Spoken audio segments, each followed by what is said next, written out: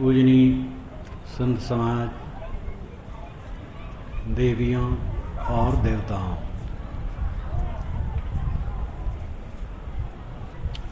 हमारे जीवन के मुख्य दो पहलू हैं।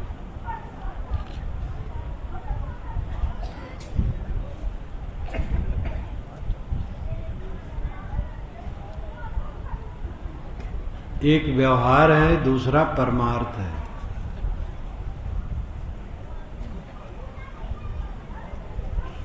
दोनों पहलुओं को अच्छी तरह से समझने की जरूरत है। व्यवहार जिसका परिशुद्ध है और परमार्थ लाभ है, उसी का जीवन सार्थक है। अधिक विद्या पढ़ लेने वाला सार्थक नहीं, केवल अधिक विद्या पढ़ लिया इससे वो सार्थक नहीं माना जा सकता है। बड़े ऊंचे पद को पा गया, इससे भी सार्थक नहीं माना जा सकता है। बाल बच्चे खूब हो गए, पैसे खूब हो गए, इससे भी वो सार्थक नहीं माना जा सकता है। गुरु बाबा हो गए, आचार्य हो गए, मंडलेश्वर हो गए, जगत गुरु हो गए, महंत हो गए, इससे भी वो सफल नहीं। प्रवक्ता हो गए, लेखक हो गए, इससे भी सफल नहीं। सफल वह है जिसका व्यवहार शुद्ध है और परमार्थ लाभ है। व्यवहार होता है प्राणी पदार्थ परिस्थितियों का बर्ताव, परमार्थ है आत्म शांत। प्राणी पदार्थ और परिस्थिति, इन तीन में हो करके इंसान गुजरता है और इनमें विकार पैदा होता है। शरीर अपना विकारी, मन विकारी, इंद्रियां विकारी, बाहर के प्राणी पदार्थों के द्वंद्व में और विकार की संभावना, इतने सारे कुसंग में रहकर इसको शुद्ध करना ये बहुत बड़ी बात है। काजर ही की कोठरी, काजर ही का कोट, तोदी कारी ना भई रहा सो ओट ही ओट। सदगुरु कबीर ने बीजक में कहा, काजर की कोठरी ये शरीर है, काजर का कोट किला ये संसार है, और इसमें रह करके तोदी कारी ना हो, ओट ओट आधार आधार में रह जाए, वो धन्य। काजर केरी कोठरी बुड़ता है संसार, बलिहारी ते पुरुष की पैठ के निकरन हार। काजर की कोठरी में सारा संसार डूबता है, वो धन्य है जो इसमें बैठ के निकल आया निदाग। काजर की कोठरी शरीर, काजर का किला संसार, तोदीकारी ना हुई। तोदी कहते हैं उंगली के अग्रभाग को। ये उंगली, इसका अगला भाग जो कोमल वाला भाग है, आगे वाला, इसको तोदी कहते हैं। आदमी कहीं जाता है तो पहले उंगली लगा देता है, ये क्या है, तो उंगली गंदी हो जाती है। लेकिन जिसकी उंगली का तोदी अगला भाग भी ना गंदा हो तो वो धन्य है। तोदी से अभिप्राय पेट, और पेट से अभिप्राय है मन। मन जिसका मैला ना हो। देहाती लोग कहते हैं कि अमुक आदमी भले मीठी मीठी बात करता है लेकिन उसका पेट ठीक नहीं। तो पेट ठीक नहीं इसका मतलब नहीं कि दस्त हो रहा है, उसका लाक्षणिक अर्थ है मन खराब है। मन खराब न हो, ये हमारी साधना का फल है। प्राणी पदार्थ परिस्थिति मिलते हैं, इनमें द्वंद्व आता है, विकार आता है। कोई प्राणी सम्मान कर दिया तो फुलावा का विकार आता है। फुलावा भी विकार है, हर्ष भी विकार है। कोई अपमान कर दिया तो शोक आ गया, शोक विकार है, अमर्ष विकार है। और इन विकारों में इंसान निरंतर पीड़ित रहता है। सब जीव दुखी है, निर्धन दुखी हैं, धनवान दुखी, अशिक्षित दुखी हैं, शिक्षित दुखी, चपरासी दुखी है, गवर्नर दुखी है, प्रधानमंत्री बेचारा और दुखी है,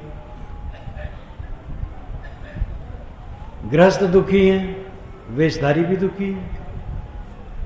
अगर वेश केवल है, साधना नहीं है, तो वेश क्या करेगा? साधु का वेश क्या करेगा?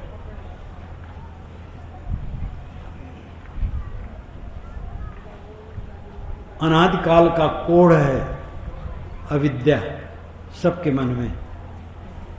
अविद्या, अज्ञान, मोह, राग, जिसको मोटे रूप में कहें, ये अनादिकाल का कोढ़ है। इस मोह के कारण इंसान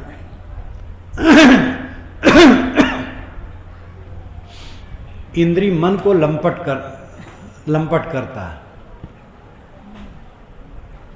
और उसकी लंपटता में विकार बनते हैं मन के और अधिक।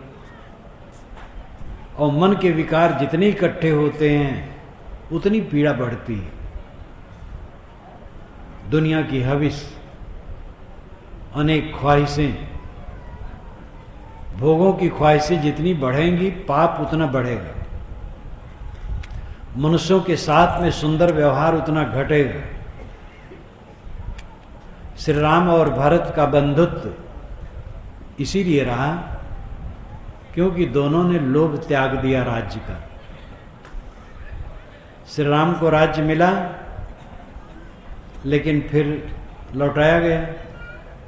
पहले कहा गया था गद्दी हो जाएगी, फिर 14 वर्ष का वनवास। तो उसमें वह व्याकुल नहीं हुए।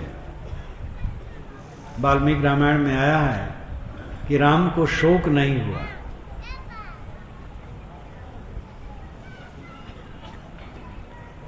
भरत को दिया गया, भरत ने स्वीकार नहीं किया।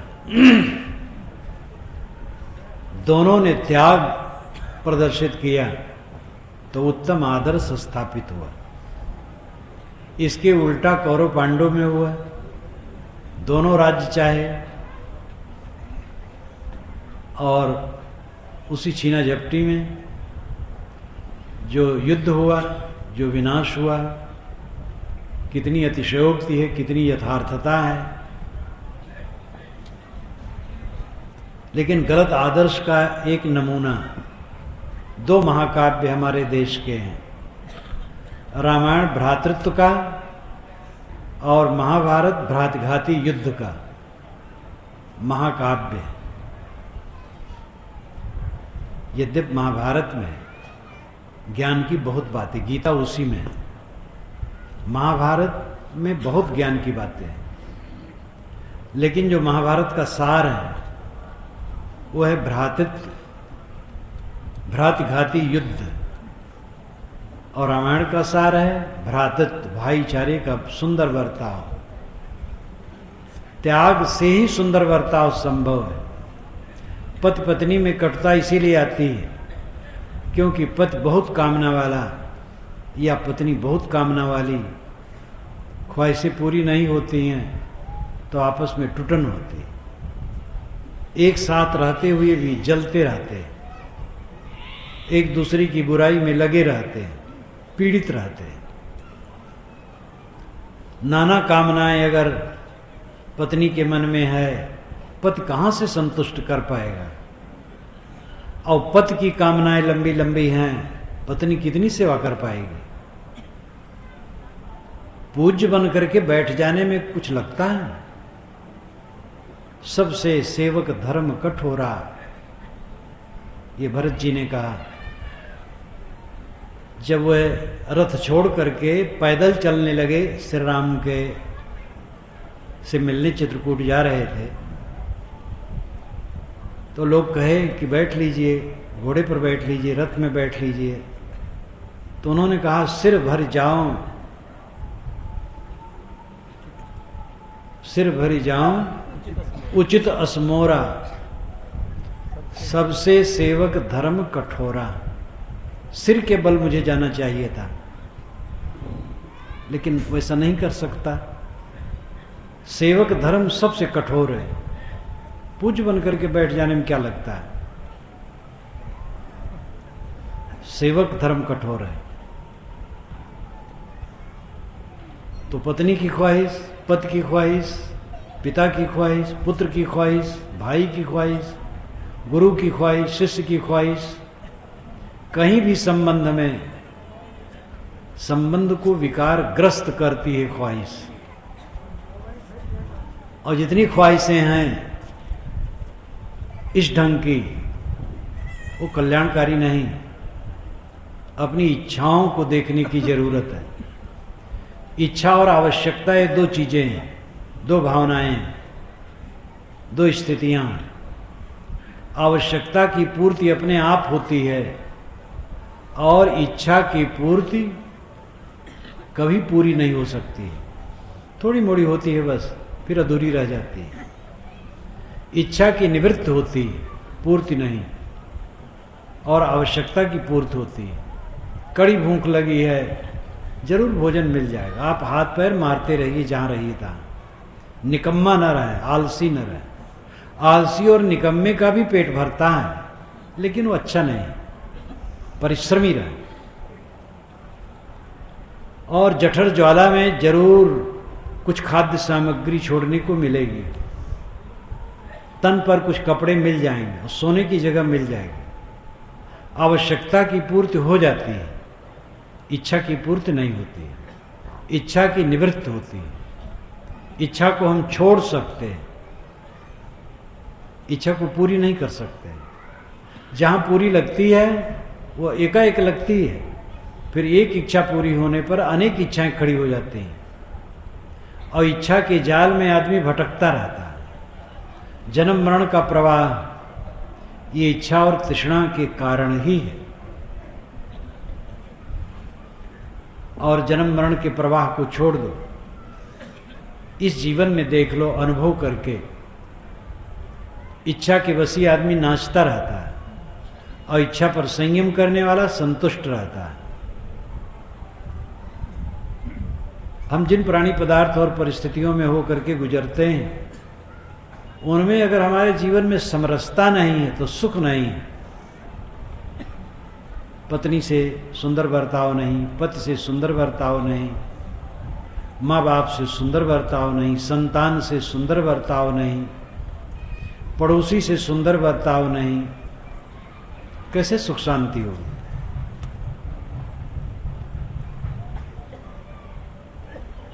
बर्ताव प्राणी पदार्थों में, प्राणियों का बर्ताव जटिल है, पदार्थों का उतना जटिल नहीं। रुपए, पैसे, गहने, बर्तन, कपड़े, तमाम दुनिया की चीजें आप ताला के अंदर रख सकते हैं, लेकिन एक छोटे बच्चे को ताले के अंदर में नहीं रख सकते। वो रो रो करके आपको परेशान कर देगा। मनुष्य का व्यवहार बहुत जटिल होता है। जानवरों का व्यवहार, जो प्राणी है उनका भी जटिल नहीं है। आप 1000 घोड़े रख लीजिए, 1000 हाथी रख लीजिए, 1000 गाय वैसे रख लीजिए, खाने पीने के प्रबंध, उनकी व्यवस्था देह की हो जाए और कुछ चिंता नहीं। उनमें राग द्वेष होने कोई बात नहीं है। उनके मन को देखना नहीं पड़ेगा कि बैल का मन कैसा है, हाथी का मन कैसा है। भोजन दो, पानी दो, आवास दो, रक्षा करो, बस, कोई चिंता नहीं। लेकिन मनुष्य का एक छोटा बच्चा पालना बहुत मुश्किल है। मनुष्य की जो इच्छाएं, कामनाएं, वो बहुत परेशान उसे करती है। इसीलिए संबंध में क्लेश होता है। जहां विवेक है, अगले को भी विवेक है, वहां क्लेश नहीं होता। समता का बर्ताव, प्रेम पाट का चोलना, पहिर कबीरू नाच, पानिप दीनो ताश को जो तनमन बोले साच। साहब कहते हैं प्रेम पाट का चोलना पहन करके नाचो। प्रेम का पाठ तो होता ही नहीं है। इलाहाबाद में बड़ी बड़ी कपड़े की दुकान पर आप जाएं, कहें भाई प्रेम का कपड़ा दे, तो कोई क्या देगा? साहब कहते प्रेम पाट का चोलना पहिर कबीरू नाच। ऐ कबीरू, ऐ लोगों, अपने को अन्य पुरुष के रूप में रख करके पूरी जनता को कहते हैं, ऐ लोगों प्रेम का कपड़ा ले आओ, उसका आंखा बनवा लो। चोलना, चोलना जो गले से पैर तक होता है, ये साधुओं की अल्फी अल्फा।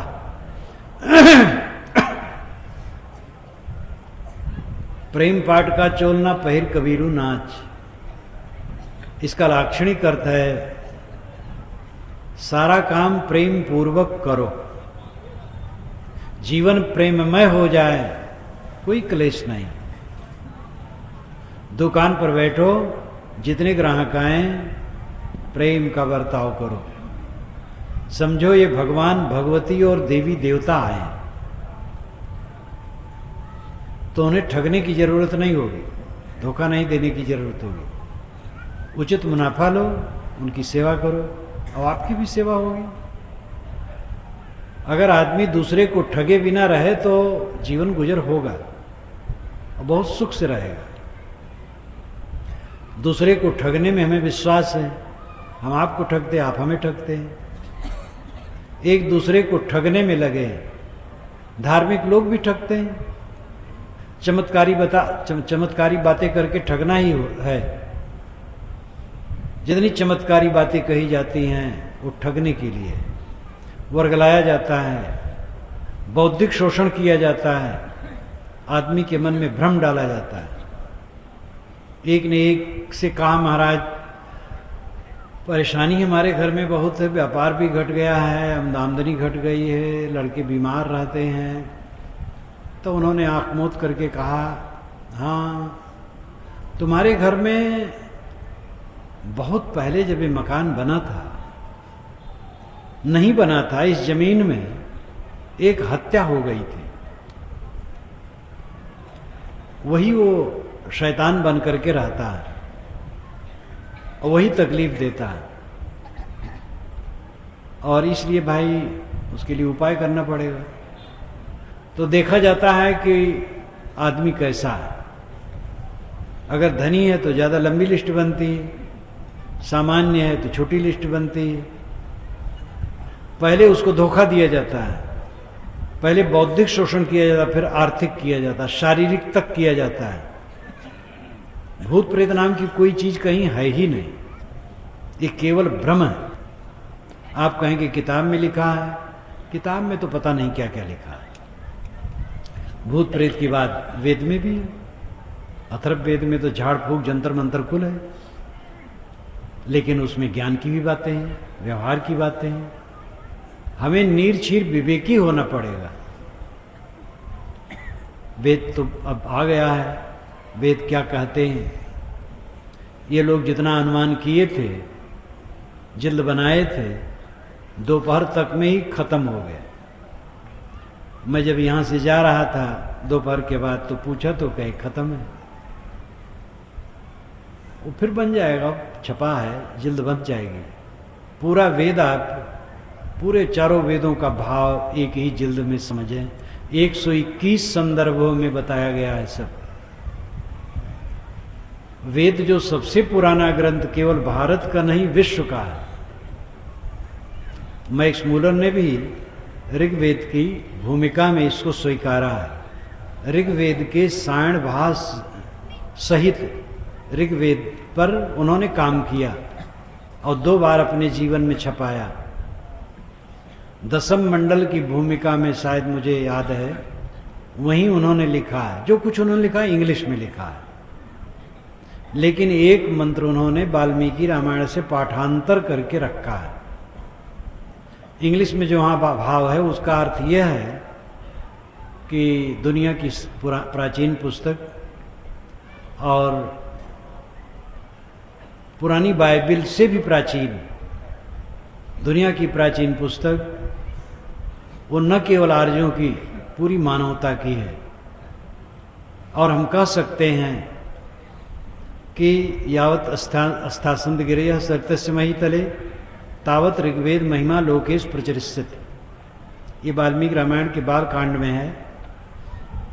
यावत अस्तासंद गिरेय सरितस्य महितले तावत राम कथा लोकेश प्रचर्षित। तो राम कथा को उन्होंने ऋग्वेद महिमा कर दिया है। पंडित तो थे ही संस्कृत के अच्छे विद्वान। तो वेद पूरी दुनिया की पुरानी धरोहर है, उसमें बहुत बातें, बहुत काम की चीजें हैं, प्रपंच भी है, वर्तमान के अंधविश्वास भी है। इसीलिए कबीर साहब ने कभी नहीं कहा कि ग्रंथ को प्रमाण मानो। उन्होंने ग्रंथ को पढ़ने की राय दी और विचारने की राय दी। सुनिए, सबकी निवेरिए अपनी, सबकी सुनो और अपने विवेक से निर्णय लो। कोई ग्रंथ हो, सब पर विचार कर। गुरु बोलता है, गुरु की बातों पर विचार करना कोई पाप नहीं। तो भूत प्रेत नाम की कोई चीज नहीं, केवल भ्रम है, जादू टोना कुछ नहीं। अंग फड़कने से कोई फर्क नहीं पड़ता है, ये वायु विकार से फड़कता है। छूछा घड़ा देखने से कोई नुकसान नहीं है और भरा घड़ा देखने से कोई फायदा नहीं। धोबी को देख करके मंगल नहीं होगा और तेली को देख करके अमंगल नहीं होगा। काना ब्राह्मण विधवा स्त्री देख करके बंटा ढार, केवल भ्रम है। न मालूम कितने अंधविश्वास समाज में लदे। कोई छींक दिया अपशकुन हो गया, टोक दिया अपशकुन हो गया। दिशा शूल खूब जोर से लगता है। मंगल बुध उत्तर दिश काला, लेकिन मंगल बुद्ध को भी इलाहाबाद से फैजाबाद बसें ट्रेनें छूटती।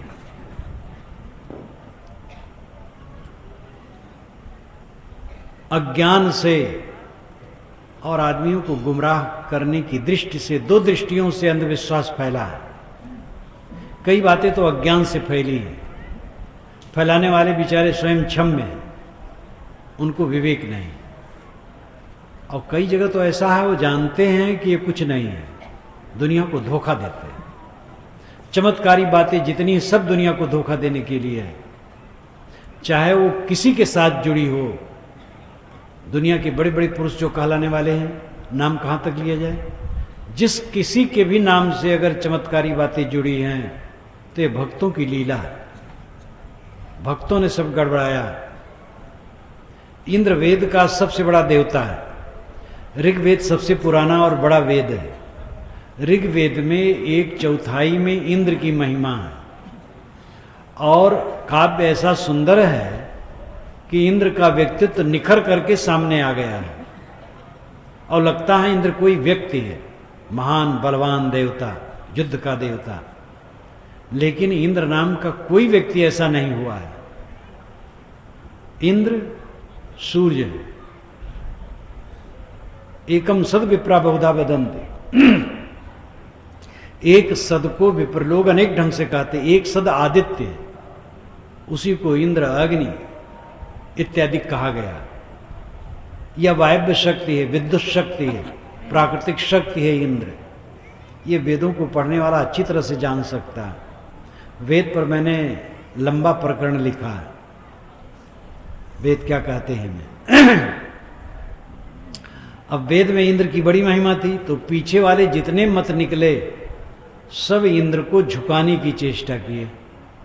बौद्ध मत आज से 2500 वर्ष पुराना है।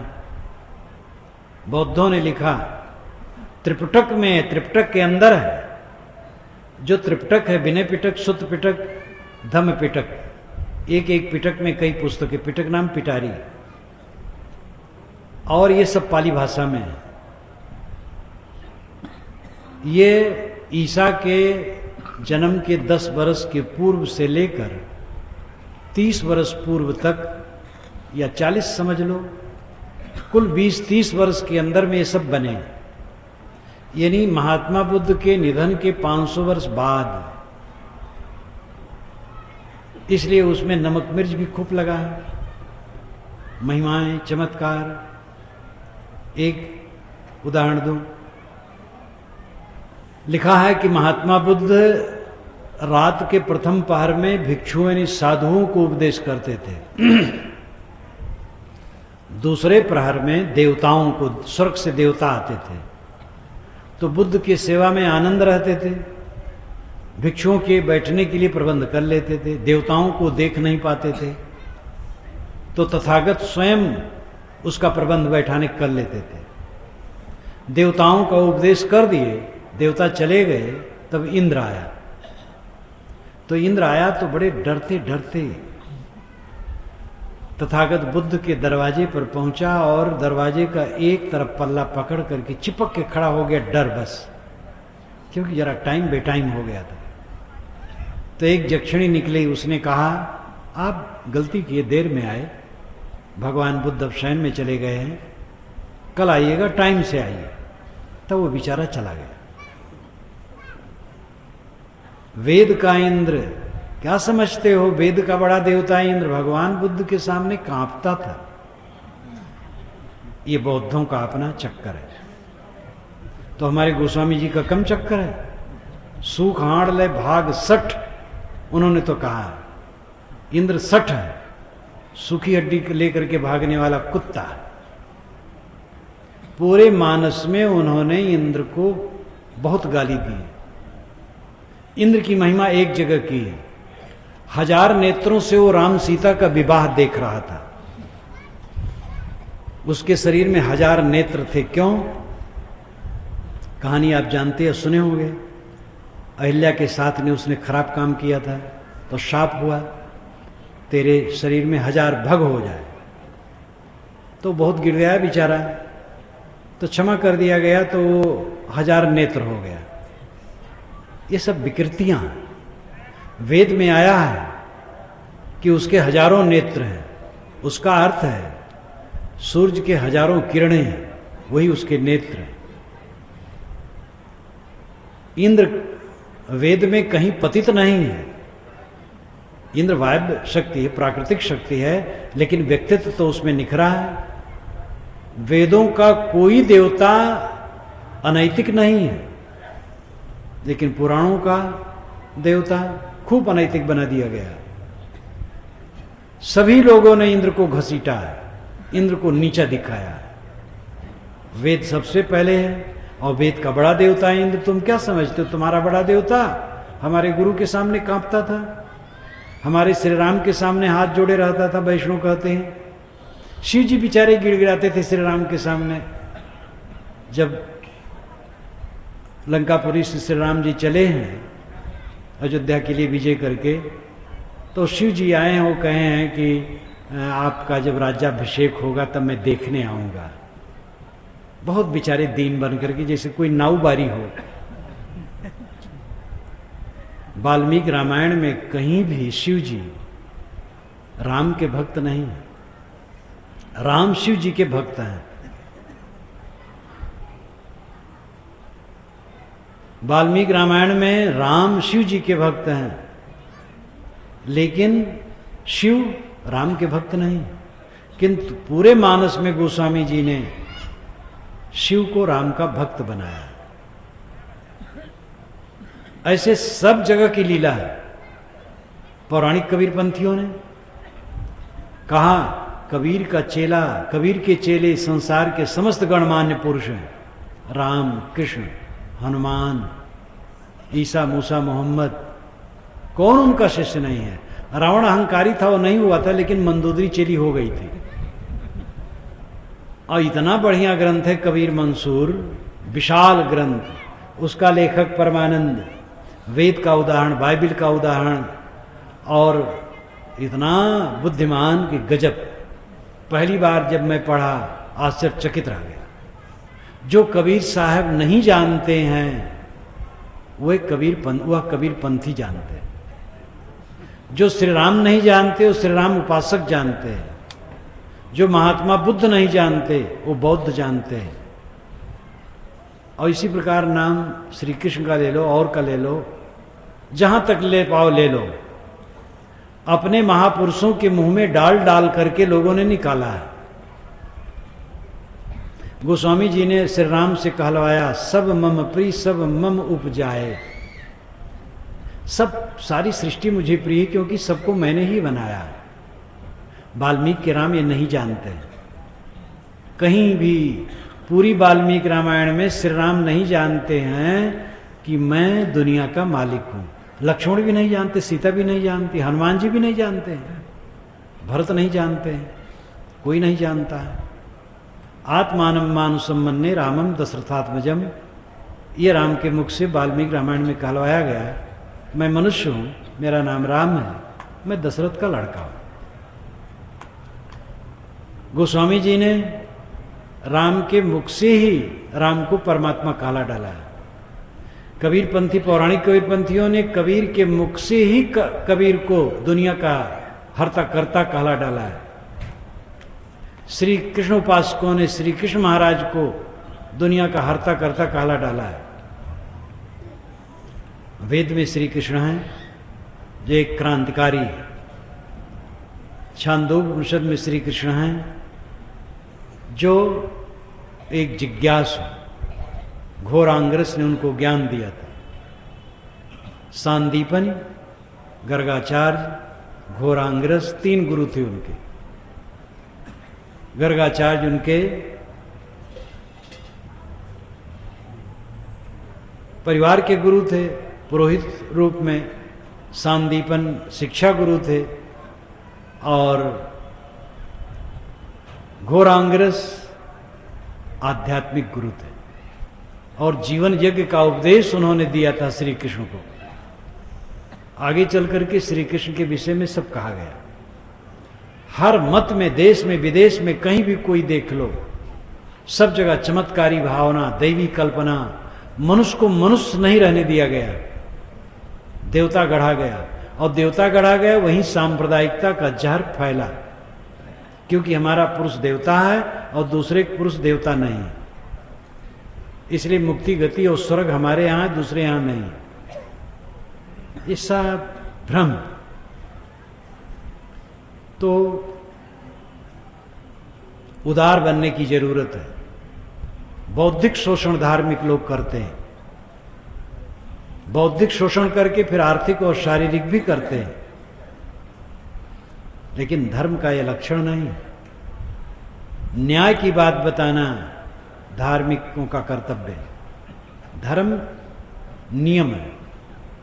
पानी की शीतलता उसका धर्म है, आग की गर्मी उसका धर्म है, और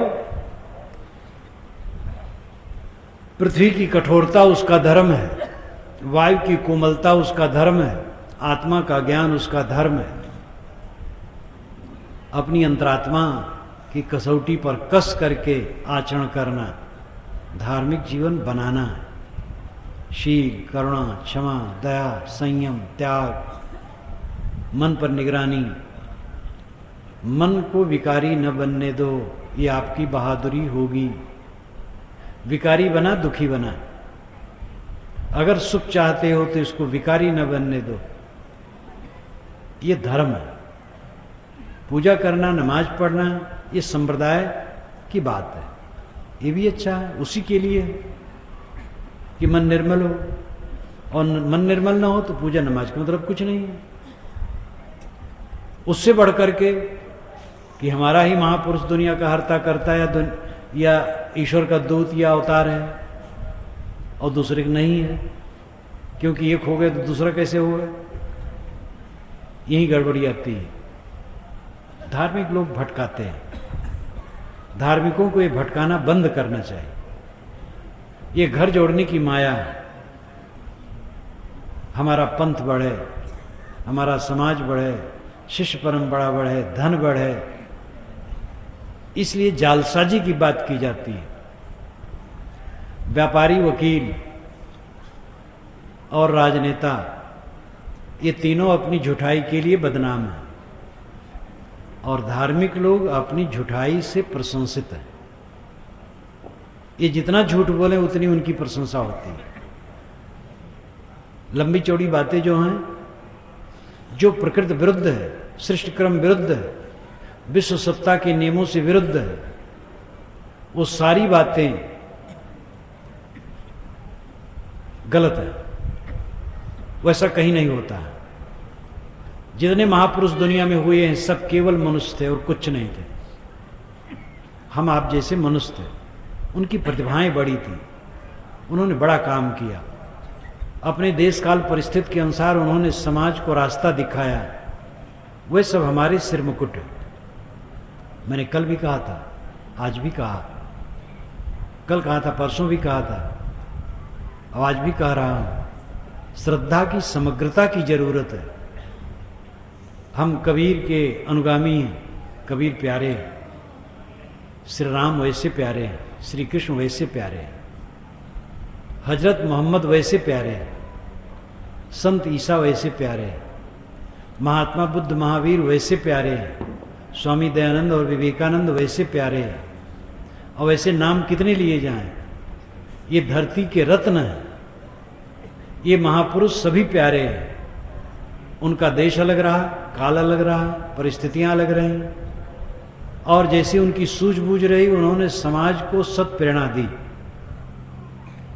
उसमें आज जो फिट बैठे ग्रहण करें, न फिट बैठे छोड़ दें। लेकिन न फिट कोई बात बैठे किसी महापुरुष की, इसलिए वो महापुरुष ही को हम खारिज करें, श्रद्धा ही न रखें, ये बहुत गलत है। श्रद्धा की समग्रता की जरूरत है, और ये धार्मिक कहलाने वालों में महारोग है। श्रद्धा की समग्रता का तो नाम भी नहीं। अपना उन्होंने जिसको मान लिया उसके लिए हजार विशेषण, और जिसको दूसरा माना उसको तो नरक में जाने की बात कहते हैं।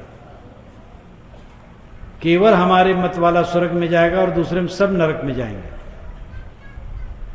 एक तो मैंने कल भी कहा था, दो सज्जन आकर के मुझे बताए, यही सुलेमसराय के आगे एक पादरी आए और कहे कि ईसा मसीह ही ईश्वर के पुत्र हैं, उनकी शरण में आएगा वही स्वर्ग जाएगा, बाकी सब नरक में जाएंगे। पहले के लोग सब नरक में जा चुके हैं। तो आए थे, वो डॉक्टर थे और शायद वकील थे, दो थे।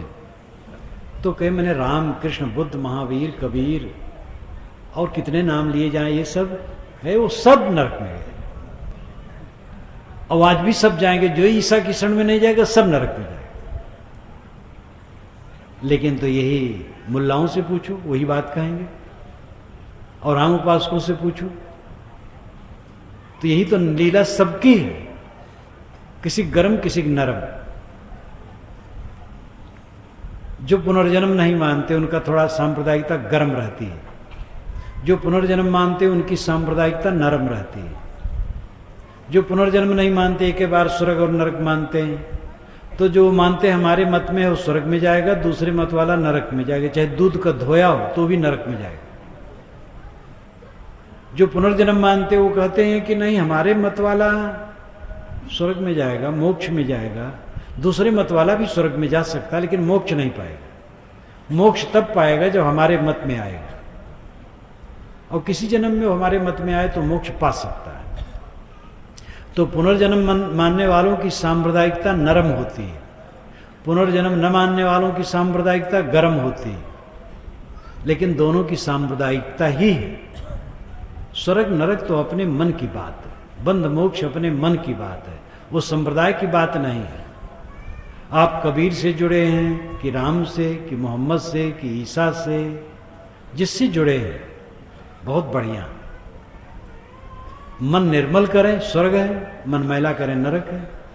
ये महापुरुष बेचारे क्या करेंगे? उनके तो उपदेश भरे हैं अच्छे अच्छे, उसका आचरण करें। नहीं करेंगे तो आप तकलीफ पाएंगे। ये विचार नहीं रखना चाहते हैं सांप्रदायिक लोग। बस मोक्ष और स्वर्ग उनकी परंपरा की डिबिया में है। वो कहानी आप जानते हैं कि समुद्र में पानी का उफान आया, समुद्र के तट पर एक कुआं था, तो एक मेढक जाके उसमें गिर पड़ा। कुआं के मेढक ने कहा तुम कहां से आए हो? कहे समुद्र से। कहे समुद्र क्या चीज है? कहे समुद्र बहुत बड़ा जलाशय। कहे कितना बड़ा है? कहे बहुत बड़ा है। तो कुआं का मेढक कूदा, 2 फीट पर गया। कहा इतना बड़ा होगा? अरे कहे यार बहुत बड़ा है। तो जोर से कूदा, 4 फीट पर गया। कहे इतना बड़ा होगा? उसने कहा तुम जीवन भर कूदते रहो, समुद्र का पार न पाओगे। कहे गप्पी कहीं का, कुआं से बड़ा जलाशय तो कहीं होता ही नहीं, क्योंकि कुआं में जन्मा था, कुआं में जी रहा था और कुआं में उसको मरना है। ऐसे अपने अपने संप्रदाय में लोग जन्मते हैं, जीते और मरते हैं। दृष्टि अपनी ऐसी संकुचित कर लेते हैं कि हद है। और ये दोष सर्वत्र है। इस दोष का निराकरण होना चाहिए और सभी मत वाले इसका निराकरण करें। जब मैंने कबीर दर्शन लिखना शुरू किया, कलकत्ता में शुरू किया था, प्रेम प्रकाश जी यहाँ हैं विद्यमान, कापी मेरी देखी उन्होंने, तो कबीर साहब के विषय में जो कबीरपंथियों ने चमत्कार लगाया है उसका खंडन साफ है। देखा उन्होंने, कहा साहब आप कबीर दर्शन लिख रहे हैं कि कबीर खंडन लिख रहे हैं? तो मैंने कहा कबीर दर्शन लिख रहा हूं। कबीर ऐसे मानते थे, वो खुद जानते हैं, उन्होंने विनोद किया। कबीर कोई चमत्कार नहीं मानते। कबीर जैसा खरा तो बड़ा मुश्किल है, धन्य है वो, अत्यंत खरा कहे। तो सभी संप्रदाय वालों को चाहिए पहले अपने मत के आडंबर का खंडन करें। गोरखपुर के पास एक गांव में मेरा कार्यक्रम हुआ, सन 82 शायद है वो, उस वर्ष है जब बिल्कुल घोर ठंडी पड़ रही थी। 3 बजे दिन में कहीं थोड़ा सा प्रकाश सूरज का निकलता था, उसी समय था। रात के समय में पंडाल पूरा खचाखच भरा था। मैं बोला, सब कुछ कहा, खंडन मंडन की बात भी कही, चमत्कार का खंडन किया, मानवता सदाचार सब कुछ कहा जो बन सका। दूसरे दिन 3 बूढ़े पंडित मिलने आए। पंडित उस गांव में खूब है। मैंने कहा पंडितों कुछ प्रश्न? कहे महाराज प्रश्न तो क्या करूं, रात में हमारे सब प्रश्न बह गए, क्योंकि आपने जब कबीर के संबंध में लगाए गए चमत्कार का ही खंडन कर दिए तो हम लोग समझे कि ये व्यक्ति जो कहेगा सच कहेगा। अभी तक हम मानते थे कि हमारे शास्त्रों में जो लिखा है सच है, लेकिन रात के प्रवचन से लिखा हमारे शास्त्रों में भी त्रुटियां हैं। और वो हमें इसलिए ज्यादा विश्वास हुआ कि आप कबीर की महिमा का ही खंडन कर दिए, जो गलत महिमा है। मेरा निवेदन है कि ऐसे सब करें, सत्य में कल्याण है।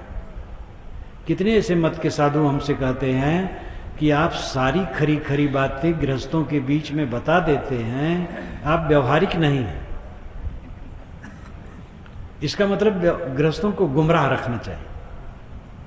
मैं कहता हूं मैं सारी खरी खरी बातें बता देता हूं, और कहीं मैं गलत करूं तो मेरे भक्त बता सके कि देखो साहब आप ऐसा कहते हो, गलत कर रहे हैं, तो मैं सुधरूं। क्योंकि इस संसार में हम घपलाबाजी करके कुछ पा जाएं वो रहने वाला नहीं है। और अनादिकाल से जैसे मैं ठगाता आया हूं वैसे ठगा जाऊंगा। इस जीवन में ठगाना नहीं है, पूरी विजय करके चलना है। तो लोग अपने को धोखा देते हैं, और ये सब संप्रदाय बढ़ाने के लिए, धन के लिए, सम्मान के लिए, अहंकार प्रदर्शन के लिए, धर्म और तो इसमें गौड़ हो जाता है। तो शोषण सर्वत्र है। व्यापारी शोषण करते हैं, राजनेता शोषण करते हैं, धार्मिक लोग शोषण करते हैं, सब तरफ शोषण चलता है। सबको अपना अपना शोषण बंद करना चाहिए। परमात्मा, सगुण परमात्मा अगर है तो ये प्राणी है। मैंने परसों सरगुण की कर सेवा, निर्गुण का कर ज्ञान शायद कहा था। सगुण और निर्गुण, सगुण भगवान ये प्राणियों का समूह है, निर्गुण अंतरात्मा, ये सब बैठे हैं। सगुण भगवान भगवती है। भगवान के दर्शन नहीं होते, रात दिन दर्शन होते हैं। जितने दर्शन होते सब भगवान हैं। जिनको हम देखते हैं भगवान नहीं मानना चाहते हैं, और जिनको भगवान मानते हैं उनको कभी देखते नहीं। ऐसा जीवन धोखे में जा रहा है। भगवान तो सामने है, कितनी सेवा कर पाओगे, करो। धोखा भरना दो, सेवा सबकी हो जाएगी। धोखा देना अगर बंद सब कर दें, सबकी सेवा हो जाएगी। हम तो धोखा देने में पड़े, शोषण करने पड़े, नोचने में पड़े, दूसरे को बेवकूफ बनाने में पड़े, और बेवकूफ बनाने वाला महाबेवकूफ स्वयं होता है, क्योंकि अपनी अंतरात्मा को धोखा देता है। इस संसार में कोई ऐसा व्यक्ति और शक्ति नहीं है जो मुझे धोखा दे सके। अगर मुझे धोखा देने वाला कोई है तो स्वयं मैं हूं। मेरा अविवेक। बाहर से मेरी कोई क्षति नहीं कर सकता है, मेरी क्षति करने वाला मैं हूं। मैं अपने अविवेक से अपनी क्षति करता हूं, इसलिए स्वयं जगने की जरूरत है। प्रेम का बर्ताव, प्राणी पदार्थ परिस्थिति, इन तीन के बीच में इंसान चलता है और इनमें द्वंद्व आने के सर्वत्र चांस हैं। सहन, नम्रता, त्याग, संयम, शील से ही इसमें बच बच करके चला जा सकता है। पत्नी से गुर्राओगे तो वहीं दंड मिल जाएगा। पत्नी को छोटी करके मत मानो। एक सज्जन ने मुझे बताया था, खूब शिक्षित थे, पत्नी ने मुझे साहब चप्पल से मारा। उन्होंने कहा मेरी पत्नी ने मुझे चप्पल से मारा। पत्नी बहुत दिनों के बाद जब मुझसे मिलने आए, दोनों अच्छे स्तर के, उनकी पत्नी से मैंने पूछा इनसे आपका कैसे निपटता है? कहे महाराज कैसे निपटता है, इनसे न निपटाऊं दूसरे संबंध को तो उससे भी हुई झंझट होगी, इसलिए इन्हीं से निपटा रही हूं। तो जिसके संबंध में इंसान रहता है, इस प्रकार की उलझन क्या जीवन है। खुश खुश हो। एक देवी ने अपने पति को बहुत उल्टा पलटा कहा, बहुत खराब है। तब मैंने कहा कि भाई क्या खराब है?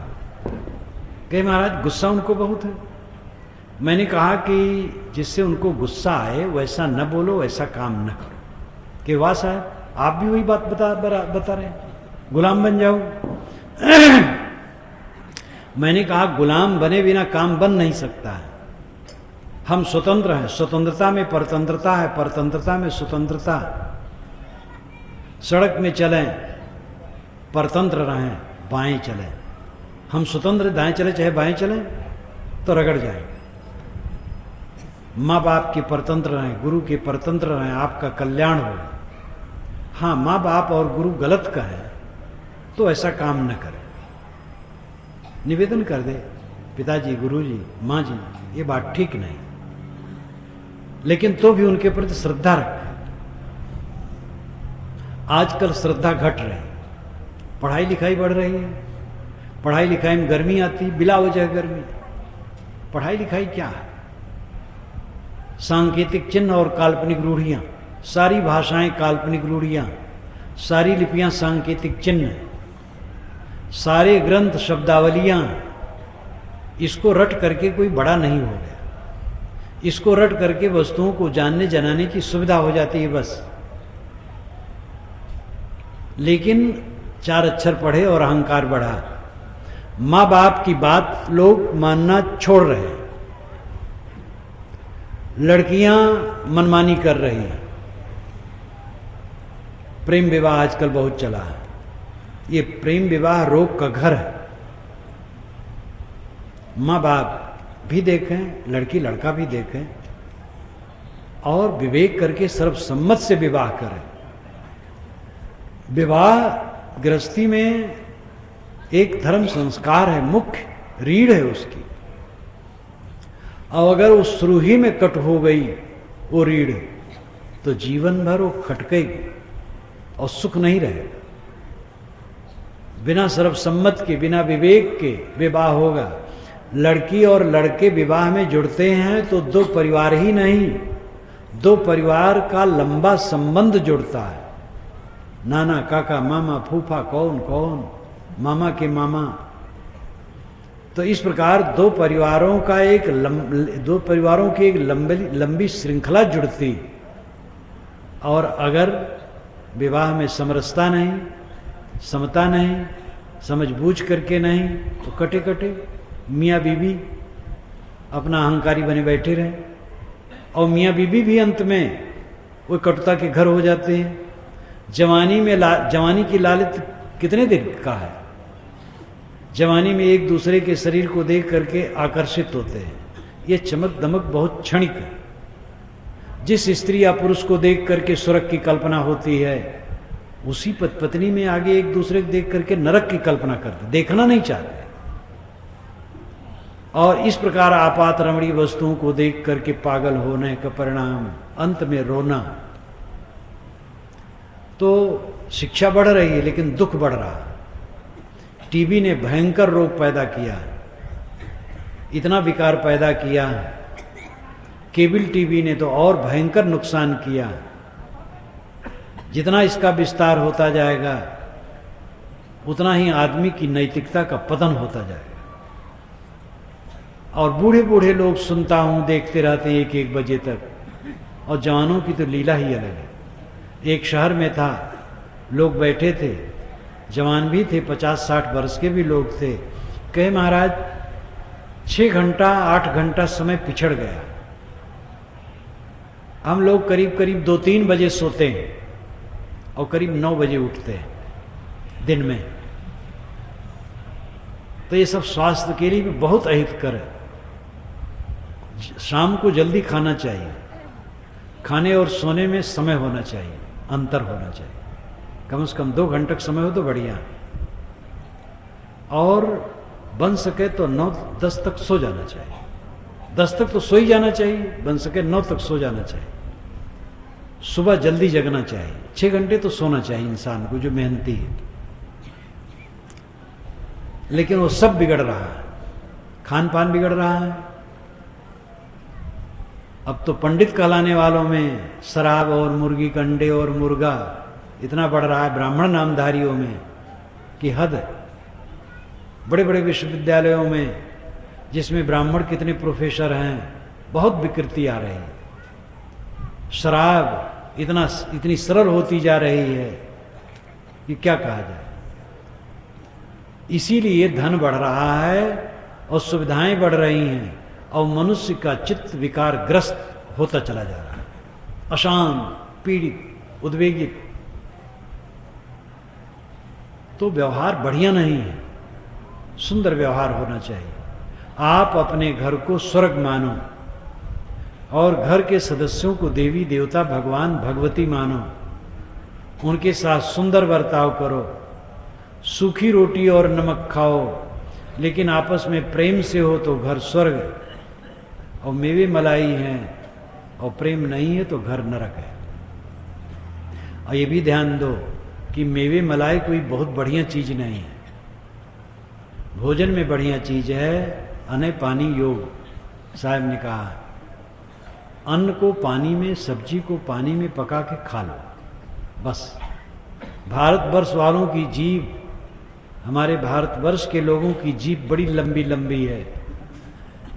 इन भरतवंशियों को सब्जी दी जाए, अगर वो जीभ पर रखें और जीभ ना ऐठ जाए तो सब्जी नहीं। जब एक जर्मन लड़की आई काशी में, मेरा भोजन उसने किया, तो उसने कहा कि इंडिया में जब से आई हूं आज मुझे संतोषप्रद भोजन लगा। मेरे यहाँ के भोजन में नमक हल्का सा पड़ता है और मसाला जीरा धनिया हल्दी, गरम मसाला नहीं, मिर्च नहीं। अब इस समय तो मिर्च थोड़ा ला दिए होंगे, पूरे समाज के लिए थोड़ा छोड़ते होंगे, लेकिन हम लोगों का तब भी अलग बनता है, उसमें मिर्चा नहीं रहता। 12 महीने कभी मिर्चा नहीं रहता। मैं तो थोड़ा और उबाल करके खाता हूँ, पानी में उबली सब्जी और सूखी रोटी। नमक वाला भी खा लेता हूँ, कोई ऐसी बात नहीं कि न खाऊं, कोई परहेज नहीं है, क्योंकि अभी शरीर में कोई रोग नहीं। परंतु ज़्यादा उबली सब्जी और सूखी रोटी ही खाता हूँ, दाल का जूस पी लेता हूँ, बस बहुत बढ़िया। ये शिकायत मेरे लिए बहुत है, आप दुबले बहुत हो गए। शिकायतें खूब आ रही मेरे लिए। अभी कल शिकायत आई, एक अध्यापिका ने, शायद यहाँ बैठी भी हो, हमारे साधु से कहा कि आप लोग क्या सेवा करते हैं साहब, दुबलाते चले जा रहे हैं, और मैं पिस्ता बादाम ले आऊँ और घिस करके दूध में पिलाया करो। तो उसने कहा साहब दूध ही नहीं पी रहे हैं। तब फिर क्या होगा? तो ये विश्वास कि दूध पीने से स्वास्थ्य बढ़िया होगा, घी खाने से होगा, मेवे से होगा, भ्रम है। जल्दी पचने वाला भोजन होना चाहिए, सादा।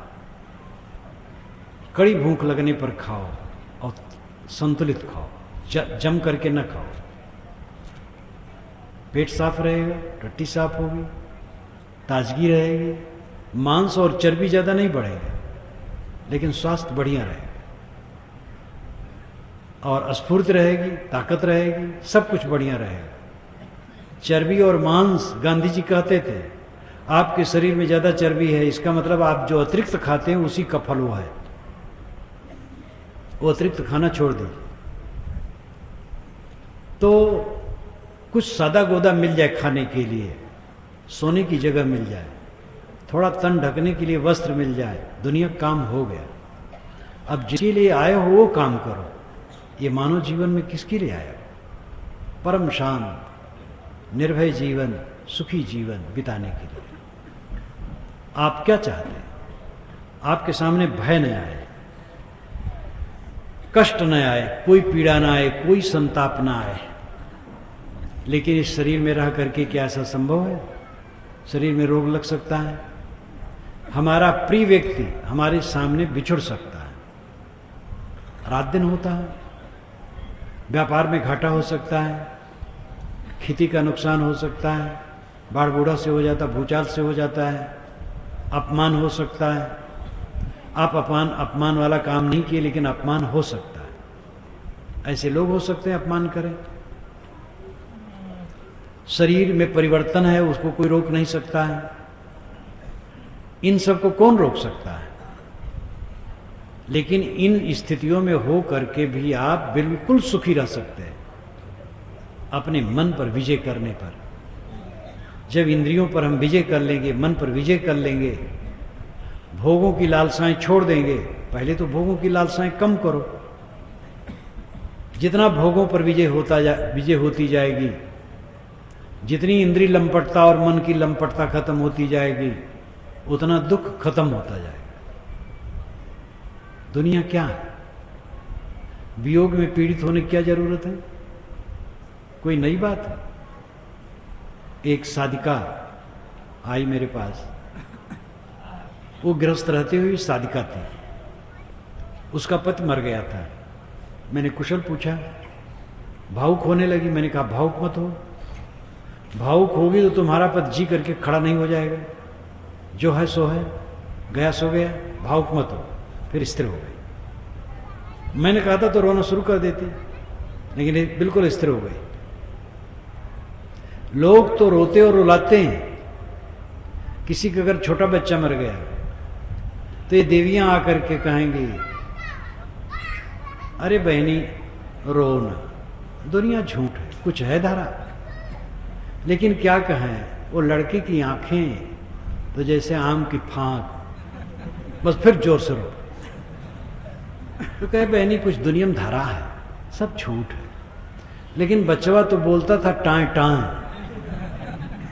तो उलट पलट करके गड़बड़ मास्टर लोग दुख देते हैं। जो गया वो लौट नहीं सकता है। ऐसी बात न करो कि आदमी को दुख उत्पन्न हो। हरदम तो मन है देह पर, बाल बच्चे पर, धन दौलत पर, मकान पर। मठे आश्रम हो, साधु हो, अगर मठे आश्रम पर मन है, चेला चाटी में मन है, वो भी गृहस्थ की तरह मोही हो जाएंगे। नियम सब पर बराबर है। दृष्टि होना चाहिए आत्मा पर। आत्मा सूक्ष्म है, शुद्ध बुद्ध निर्मल है, वो आप है। उसके लिए सत्संग कीजिए, समझिए, अध्ययन कीजिए, अपने तरफ लौटिए। पानी में मीन पियासी मैं सुन आवत हाँसी, पानी में मछली और प्यासी सुन सुन करके मुझे हंसी लगती है। परमात्मा में हम हैं और परमात्मा के लिए प्यासे हैं। परमात्मा का अर्थ क्या है? आत्मा से अलग कोई परमात्मा होता है? प्रेत आत्मा, दुष्ट आत्मा, शुद्ध आत्मा, महात्मा, परमात्मा, ये सब के मूल में आत्मा है। प्रेत आत्मा वह आत्मा जो चला गया। प्रेत का अर्थ होता है जो गया हुआ है। दुष्ट आत्मा जो खराब स्वभाव का है। शुद्ध आत्मा जो अच्छे स्वभाव का है, महात्मा जो इंद्रियजयी है, परमात्मा जो गुणातीत है। आत्मा क्षेत्र गित्युक्तः संयुक्तः प्राकृतैर्गुणैः तैरेव तु विनिर्मुक्ताः परमात्मेत उदाहरता है। ये महाभारत में है। सामान्य जीव देहधारी आत्मा और सारे विकारों से जब मुक्त हो गया बस वही परमात्मा है। परमात्मा आत्मा की एक स्थिति है, न कि आत्मा से परमात्मा कोई अलग वस्तु है। और अलग वस्तु है तो आपको मिल नहीं सकती है, और मिल भी जाए तो छूट जाएगी। ये प्राकृतिक विधान है। मिली हुई वस्तु छूटती है। अगर परमात्मा अलग है और मिलेगा तो छूटेगा। परमात्मा मिलना नहीं है और छूटना नहीं है, वो बिछुड़ा ही नहीं है। वो तो आपका अंतरात्मा, आपका स्वरूप है, आपका होना है, आपका अस्तित्व है। अपनी तरफ झांकें, अपनी तरफ लौटें। परांच खान वितरित स्वयंभू तस्मात् परांग पश्यतनांतरात्मन कश्चित धीरा प्रतिज्ञात्मान में इच्छता वृत्ति चक्षु अमृतत्वमिच्छन। यमाचार्य ने कठोपनिषद में नचिकेता को समझाते हुए कहा, परांच खान वितरित स्वयंभू, प्रकृति ने हमारी इंद्रियों को फोड़ फोड़ करके बाहर निकाला। वितरित फोड़ना, खान छेद, परांच बाहर। इंद्रिय रूपी छेदों को फोड़ फोड़ करके प्रकृति के विधान ने बाहर निकाला। क्योंकि देखना बाहर है, सुनना बाहर है, छूना बाहर है, सूंघना बाहर है, चीखना बाहर है। इसलिए वो ठीक है, प्राकृतिक है। लेकिन इसीलिए आदमी का मन बहिर्मुख है। परांच खान विदृत स्वयंभू तस्मात्, इसलिए परांग पश्चित, आदमी बाहर देखता है, नांतरात्मन, अंतरात्मा को नहीं देखता है। कश्चित धीरा, कश्चित कोई, धीरा विवेकवान पुरुष अंतरात्मा को देखता है। आवृत्ति चक्षु अमृतत्व मिच्छन, अमरता की इच्छा लेकर, शांत की इच्छा लेकर अपनी इंद्रियों को समेट कर अंतरात्मा को देखता है, देखने वाले को देखता है। समाधि जीवन का सच्चा सुख है। समाधि में पहुंच जाने पर भय खत्म है। ये इंद्रिय और मन से प्रतीतमान सारा जगत अपने क्षेत्र में परिवर्तनशील होते हुए भी पदार्थ है, झूठ नहीं, परिवर्तनशील है। लेकिन अंततः छूट जाने वाला है। मैं बोल रहा हूं यही मेरा शरीर छूट जाए तो आश्रम ही नहीं, पूरा भूमंडल और पूरा संसार मेरे लिए सदा के लिए गायब। ऐसे संसार में हम बैठे हैं और ऐसे संसार में बैठकर अपना मन दुनिया की किसी वस्तु में बांध देना, इससे अधिक बेवकूफी और कुछ हो सकती है? और कठोर शब्द कहो तो मूर्खता। इससे कौन मूर्खता अधिक होगी?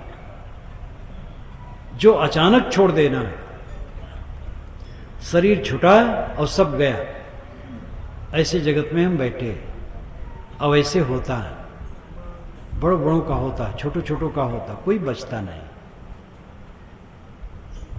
जिस संसार में हम बैठे हैं, जिन प्राणी पदार्थ परिस्थितियों में बैठे हैं, वहां मेरा एक कण नहीं है। यह बात जिसको निरंतर झलकती है वो कृतार्थात्मा, जीवन मुक्त है। उसको शोक नहीं, भय नहीं, चिंता नहीं, पीड़ा नहीं। क्या छूटेगा? नंगा नाचे फाटे काव, ये अवध क्षेत्र की कहावत है। मेरा शरीर अवध क्षेत्र में जन्मा है, इसलिए वहां की कहावतें मुझे याद है। नंगा नाचे फाटे काव। नंगा अगर आदमी है और नाचता है तो क्या फटेगा? कपड़ा ही नहीं पहने हैं। जिसने दृढ़ता से समझ लिया और जीवन में चरितार्थता हो गई। चरितार्थता का अर्थ है निरंतर दृष्टि में झलक है, सब समय एहसास रहे इस संसार में मेरा कहीं कुछ नहीं, उसको शोक मोह कुछ नहीं। अब आप कह सकते हैं ऐसा आदमी निकम्मा हो जाए, काम नहीं करेगा फिर, ये बड़ा भ्रम है। ज्ञानी यही बात समझे और जीवन भर समाज की सेवा किए। कबीर साहब 119 वर्ष और कुछ महीने तक इस धरती तल पर रहे, जैसा कि लिखा पड़ा है, और जीवन भर वे घूमते रहे, उपदेश करते रहे, समाज सेवा करते रहे। अंतिम उन्होंने इनकलाब किया था, काशी से मगहर की यात्रा। जीवन तो उनका इनकलाब था, काशी उनका हेड ऑफिस, देश विदेश से हों फिरा साहब ने कहा है, लेकिन अंत में काशी आते थे, रहते थे। जहां रहते थे उसी को आजकल कबीर चौरा मठ कहते हैं। काशी में ये भ्रम फैलाया गया कि काशी में जो मरेगा वो मुक्त होगा और मगहर में मरेगा वो गधा होगा। मगहर की तरफ बौद्धों का अवशेष था। कबीर साहब ने घोषणा की जब उनका शरीर 119 वर्ष का हुआ कि मैं काशी छोड़ के मगहर जाऊंगा, तो काशी में एक हलचल हो गई। कबीर साहब तब तो बहुत श्रद्धे हो गए थे। कबीर साहब अपनी थोड़ी उम्र में पूरे उत्तरी भारत में गूंज गए थे। जब शायद है 81 सन 1981 के अधिवेशन में प्रयाग विश्वविद्यालय के दर्शन विभागाध्यक्ष संगमलाल पांडे आए थे। मैं अभी सोच रहा था कि संगमलाल पांडे को अब बुलाऊं, तो हमारे एक मित्र ने कहा कि उनका शरीर अभी 1 महीना हुआ छूट गया, बूढ़े हो गए थे, तो अच्छे विद्वान थे। तो उन्होंने कहा कि आज का युग टेलीविज़न, अखबार, पत्रिका, इश्तिहार सब कुछ का है। हम लोग अपना नाम ये सब में फैला करके बहुत परिश्रम करते हैं नाम फैल जाए, लेकिन एक जिला में प्रसिद्ध नहीं होते। और कबीर ऐसे फक्कड़ संत जो कुछ चाहते ही नहीं थे अपने नाम रूप के लिए, और उस जमाने में आज से 500-600 वर्ष पूर्व अपनी नौजवानी ही में पूरे उत्तरी भारत में गूंज गए थे। ये आश्चर्य होता है। तो कबीर साहब तो उस समय बहुत श्रद्धे, पहले जब उन्होंने क्रांतिकारी बातें कही होगी तो निश्चित है पुरोहित वर्ग नाखुश हुआ होगा, लेकिन जबकि बात बताई जाती है वो तो थोड़े दिन में समाधान हो गया था। तो जो लोग कहते काशी से घबरा के गए, वे समझते नहीं। काशी के मैथिली पंडितों ने जाकर के कबीर साहब से कहा, काशी में आज भी मैथिली पंडितों की सभा है। उत्तरी बिहार मैथिली पंडित बड़े विद्वान आज भी होते हैं।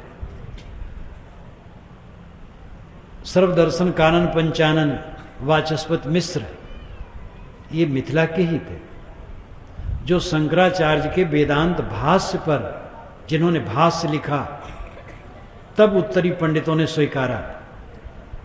क्योंकि दक्षिणी पंडितों के लिए उत्तरी पंडितों के मन में वैसे ही बहुत कम श्रद्धा। दक्षिण वाले कोई पंडित हो सकते हैं, ये अहंकार है। दक्षिण पूरब कुछ नहीं, जो विद्वान वही पंडित है। लेकिन उत्तरी पंडितों का अपना गर्व, शंकराचार्य के भाष्य को उतना महत्व ये लोग नहीं दे रहे थे। जब वाचस्पत मिश्र ने शंकर के भाष्य पर भाष्य लिखा, तब यहां के पंडितों में गूंज हुई। वो मैथिली पंडित ही थे। न्याय दर्शन का उदय उधर ही हुआ है। तर्क शास्त्र की संपन्नता उत्तरी बिहार में ही। मैथिली पंडितों ने आकर के साहब से कहा, आप बहुत भोले हैं साहब। शायद वो बहुत लगे थे, निकट का संबंध रहा होगा, प्रेम ज्यादा रहा होगा। कहे महाराज आप बहुत भोले हैं, मुक्ति धाम काशी छोड़ करके आप जा रहे हैं मगहर, जहां आदमी मर के गधा होता है, आप बहुत भोले हैं। तो साहब ने कहा, लोगा तुम ही मत के भोरा। वो तो आशु कवि थे, समझाए और एक कविता कह दिए। बीजक में शब्द प्रकरण में 103वां शब्द है, लोगा तुम ही मत के भोरा, जो पानी पानी मिल गयो त्यों धुर मिला कबीरा। जो मैथिल को सांचा व्यास, तुहर मरण होय मगहर पास। मगहर मरे मरे नहीं पावे, अंते मरे तो राम लजावे। मगहर मरे सो गधा हो, भल प्रतीत राम सो खो। क्या काशी क्या मगहर ऊसर, जो पे हृदय राम बसे मोरा। जो काशी तन तजे कबीरा, तो राम ही को कौन निहोरा। लोगा तुम ही मत के भोरा। ऐ पंडित लोगों, तुम ही भोले हो, मैं भोला नहीं। ज्यों पानी पानी मिल गयू, त्यों धुर मिला कबीरा। कबीर तो धुर नाम पक्का, कबीर तो पक्का राम में ऐसा मिल गया जैसे पानी में पानी मिल जाए। पानी में पानी मिल जाएगा तो उसको अलग कर पाओगे। कबीर राम में इसी ढंग से मिल गया। ये तो कहानी कहावत जो होती है, उदाहरण होता है, वो एक अंश में होता है।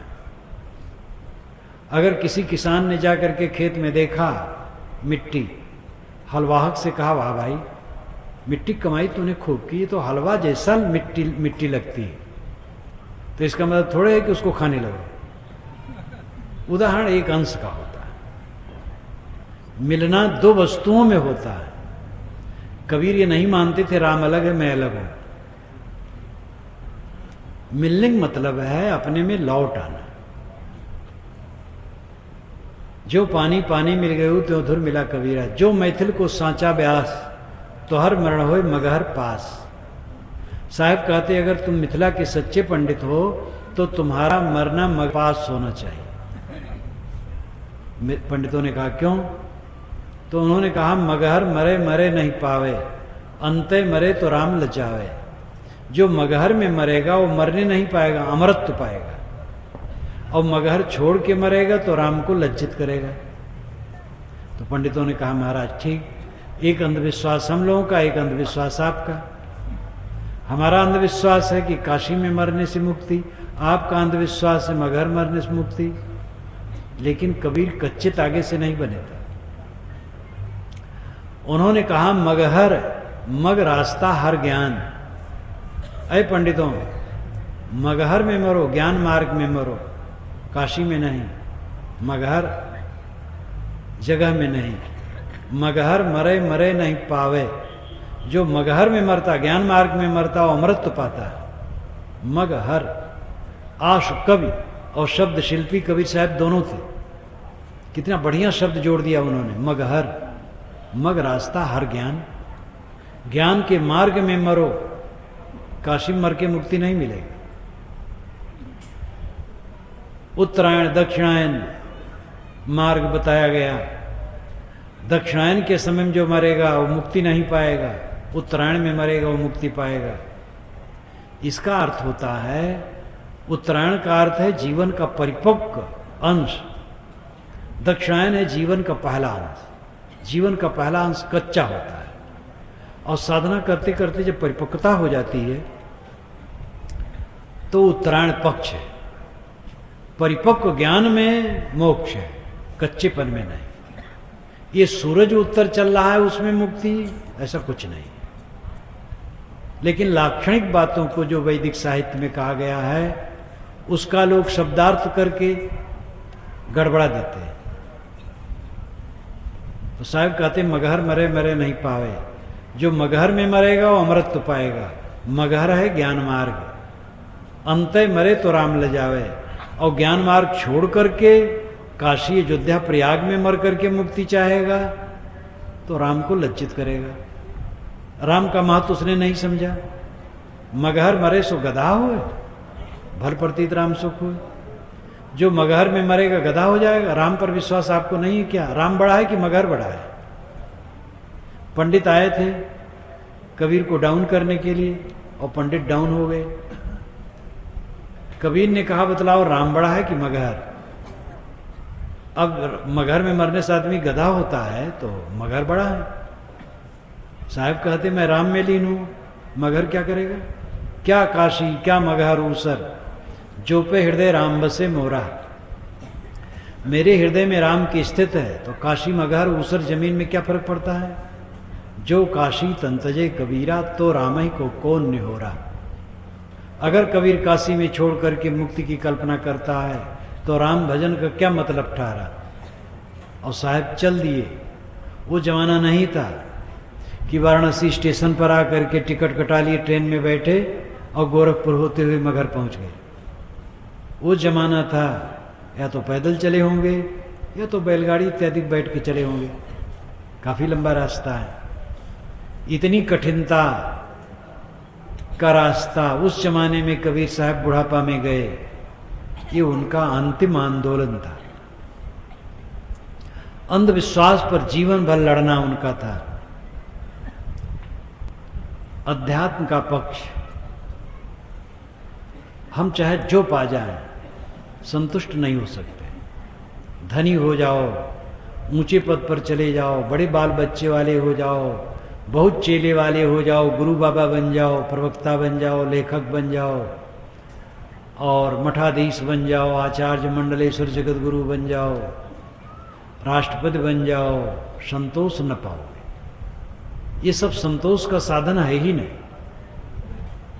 संतोष है त्याग में, भोगों की लालसाओं के त्याग में, अपने को समेटने में, अंतर्मुख होने में, धीरज, शील, क्षमा, दया, करुणा, प्रेम, संतोष, इन सद्गुणों का आचरण करने में। आत्म विजय, विश्व विजय। बादशाह बेचारा दीन है, ये मंत्री लोग तो बेचारे दीन है। वो भी एक काम है। राजनीति से भी, राजनीति के बिना भी दुनिया देश नहीं चल सकते हैं। करने वाले करते हैं, वे संभाल के करें, गलत ना करें। लेकिन अंततः दुनिया की किसी उपलब्धि में आत्मा को संतोष नहीं हो सकता। एक ललक है, एक भ्रम है। आदमी जीवन भर भ्रम में जीता है। जिसके लिए ललक रहती है, जब तक नहीं मिलता है तड़फड़ता है, मिल गया तो फिर वैसी उदासीनता छा जाती है। दुनिया की वस्तु में मनुष्य को अस्थाई संतोष देने का बल नहीं है। अस्थाई संतोष आत्मबोध में, अपनी तरफ लौटने में। इस पर हमें ध्यान देने की जरूरत है। अभी ब्रह्मचारी राम ने शुरू में हमन है इश्क मस्ताना, हमन को होशियारी क्या, रहें आजाद इस जग में, हमन दुनिया से यारी क्या। ये कबीर साहब का गाया हुआ भजन है। हम इश्क मस्ताना, इश्क में मस्ताना। ये इश्क कैसा है? चाम का इश्क नहीं, राम का इश्क है, अंतरात्मा का इश्क है। ये राम कोई हिंदुओं का राम नहीं है, और उनका रहीम कबीर का रहीम मुसलमानों का रहीम नहीं। ये राम रहीम वो दोनों कहते हैं, और राम रहीम का अर्थ करते हैं अंतरात्मा। ये तो सभी विद्वान समझते हैं, जो कबीर पर चिंतक हैं, लेखक हैं और कबीर को पढ़े होंगे, वो सब जानते हैं कि कबीर ने शब्द समन्वय किया, राम रहीम करीम केशव, लेकिन उनका लाक्षणिक अर्थ है अंतरात्मा। तो अंतरात्मा को समझे। आपका धन कौन है? अंतरात्मा। दुनिया की सारी वस्तुएं छुट जाएंगी, पक्का है। चाहे हम जितना छाती पीटे लगाए रखने का हट करें, दुनिया की सारी वस्तुओं का हमसे वियोग हो जाना पक्का है। अपनी आत्मा को हम छोड़ देना चाहें तो भी छोड़ नहीं सकते, छूट ही नहीं सकता है। लेकिन दुर्भाग्य है इंसान का कि अपनी आत्मा को ही हरदम छोड़े रहता है। छोड़े रहने मतलब विस्मृत रखता है, अपने आप का भान नहीं, ख्याल नहीं, केवल देह पर दृष्टि है जो क्षण क्षण गल रही है और एक दिन उड़ जाएगी, पता नहीं लगेगा। जंगल ढेरी राख के ऊपर ऊपर हरियार, ते भी होते मानवी करते रंग रलियार। साहब कहते जंगल में गए, राख की ढेरी देखी, ऊपर ऊपर घास उगी हुई थी। साहब कहते ये जो राख है ये भी इंसान थी, लेकिन आज राख के रूप में बदल गई। हम लोगों का शरीर भी यही होगा।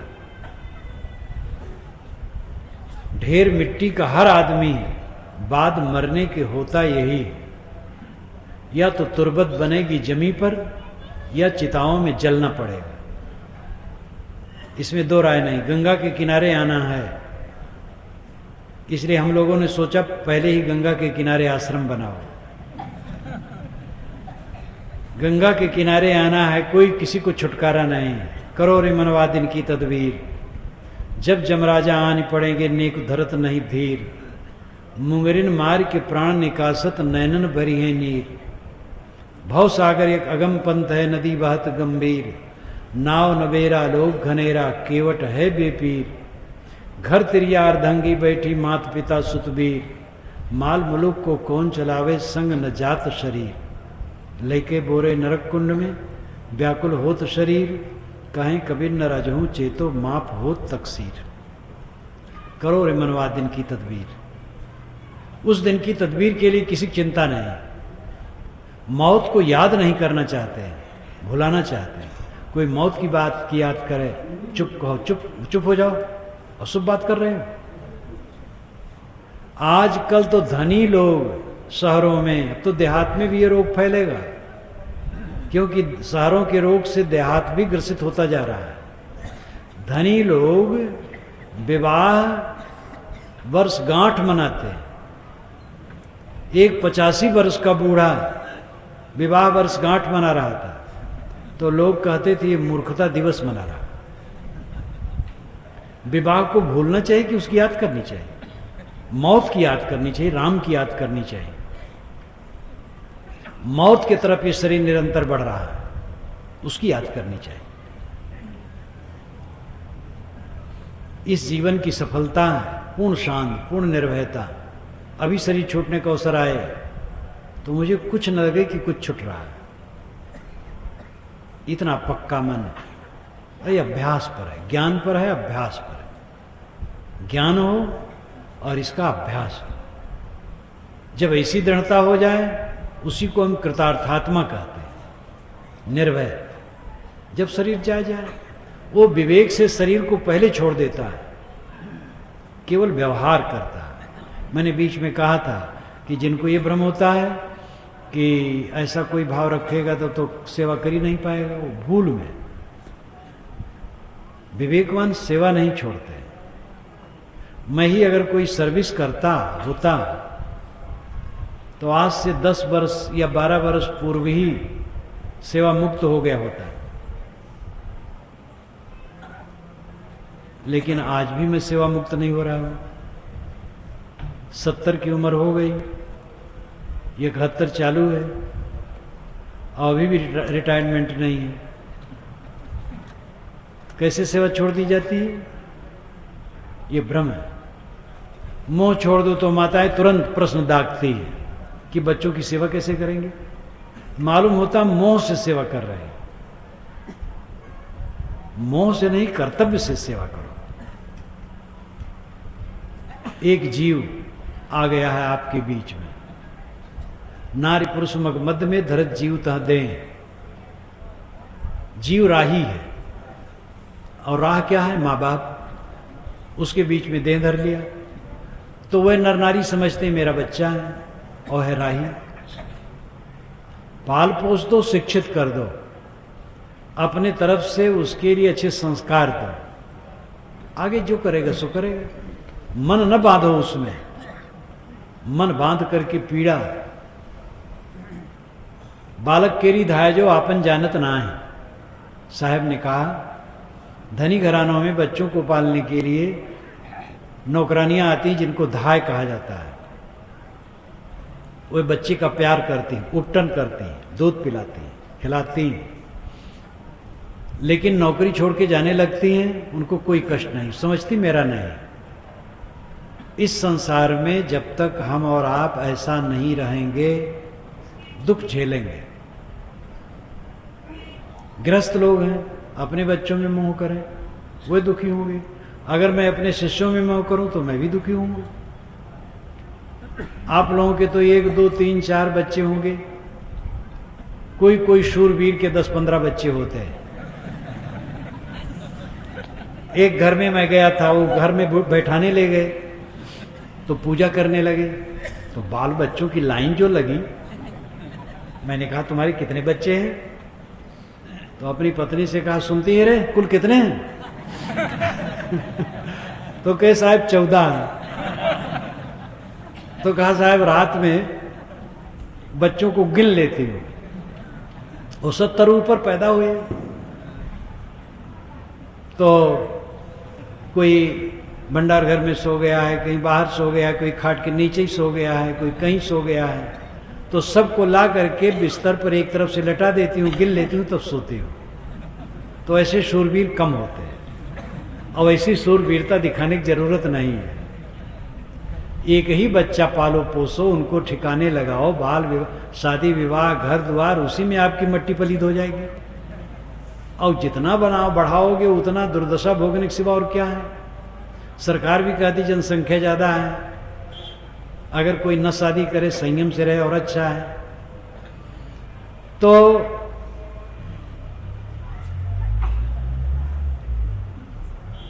आप 2 बच्चे, 4 बच्चे, 5 बच्चे, हम कितना बताएं कितने बच्चे हैं। अगर इन बच्चों में मैं मोह करूंगा तो मैं भी वैसे बध जाऊंगा जैसे आप लोग बध जाएं। साधु होने क्षमा नहीं हो सकती प्रकृति में। ये जो धार्मिक लोग पाखंड करते हैं कि बस साधु जो कहे करे ठीक है, वो धोखा है। एक तो प्रसिद्ध विद्वान ने कहा था एक तीर्थ स्थल में, वहीं उनका मंदिर भी था, उन्होंने कहा भगवत भक्त में दूषण हो तो भूषण ही है। विद्वान थे, बढ़िया बोलते थे, लच्छेदार। भगवत भक्त में दूषण हो तो भूषण ही है। और वैसे महापुरुष थे भी, इसलिए अपने दोषों को ढांकने के लिए वो पूरी सभा में कह रहे थे। भगवत भक्त चाहे कोई कहलावे, किंकर कंचन कोह काम के वंचक भक्त कहाए राम के। गोस्वामी जी ने डांटा कि राम के वंचक भक्त और किंकर कंचन कोह काम के, काम क्रोध के दास हैं। कीर सरिस बाणी पढ़त चाखन चाहत खाण, मन राखत वैरागमा घरमा राखत राण। ये गोस्वामी जी ने कहा दोहावली में। दोहावली कहीं पढ़ी थोड़ी जाती है, नहीं पढ़ी जाती। उनकी सतसई कहाँ पढ़ी जाती है। मैंने तुलसी पंचामृत में सतसई पहले रखा, तब दोहावली रखा। वैराग संदीपिनी उनकी पतली पुस्तक है, अमृत है। मैंने तुलसी पंचामृत में उसका अंतिम अध्याय रखा है। ये सब कहाँ पढ़ा जाता है। तो गोस्वामी जी ने कहा कीर सरिस बाणी पढ़त, सुगा के समान राम राम राम राम रट रहे, चाखन चाहत खाण, भोग भोगना चाहते हैं। मन राखत वैराग में, मन में अहंकार है, हम वैरागी हैं, लेकिन धर्म राखत राण है। अब इससे अधिक और क्या कहा जा सकता है। अगर भगवत भक्त के लिए छूट है तो भक्ति क्या मतलब है। गृहस्थ विरक्त केवल 2 श्रेणियां। इस धरती आकाश के बीच में क्षमा नाम की कोई गुंजाइश किसी के लिए नहीं है। गलत करेगा उसका फल पक्का उसको मिलना है। साधु ज्यादा खाए पेट खराब होगा, गृहस्थ ज्यादा खाए पेट खराब होगा। लहसुन प्याज साधु खाए गृहस्थ खाए, दोनों की दुर्गंधिक डकार आएगी। मिर्च मसाला खाए, दोनों के पेट में गर्मी होगी।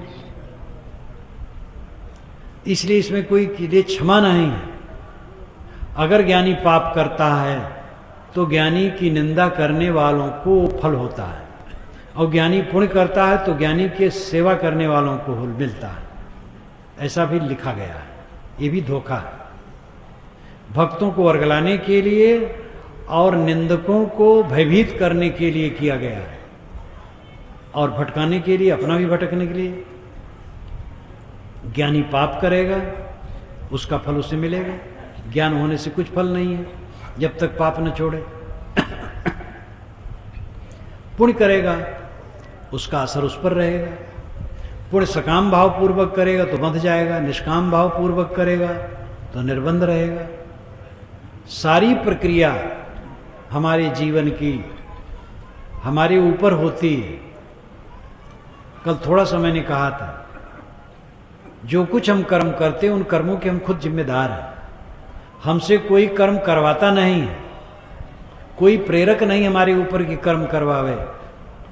ईश्वर सूत्रधार हैं हम कठपुतली, बात बहुत बढ़िया लगती है, लेकिन अगर ऐसा है तो हमारे जीवन से जो हो रहा है वो सारी जिम्मेदारी ईश्वर पर पड़ेगी। और जज कैसे कह सकता है कि तूने चोरी की, क्योंकि वो तो ईश्वर ने करवाई है। इसलिए बात ठीक नहीं है कि हम कठपुतली हैं। आप कठपुतली नहीं हैं, आप अपने कर्मों के कर्ता और विधाता हैं। आपको कोई कर्म करने के लिए मजबूर नहीं कर सकता है। हाँ, आपकी आदतें आपको मजबूर करती हैं, वो आदतें आपकी बनाई हैं, उन आदतों को आपको जीतना पड़ेगा, आत्मविजयी बनना पड़ेगा। और ये जिम्मेदारी हटा नहीं सकते। जो गलती करेंगे उसका खामियाजा भोगना पड़ेगा, कहीं जाएगा नहीं, चाहे साधु हो चाहे गृहस्थ हो। माया भगवान की हमें लूटती है, ये धोखा। भगवान की माया हमें नहीं लूटती, हमारी माया हमें लूटती है।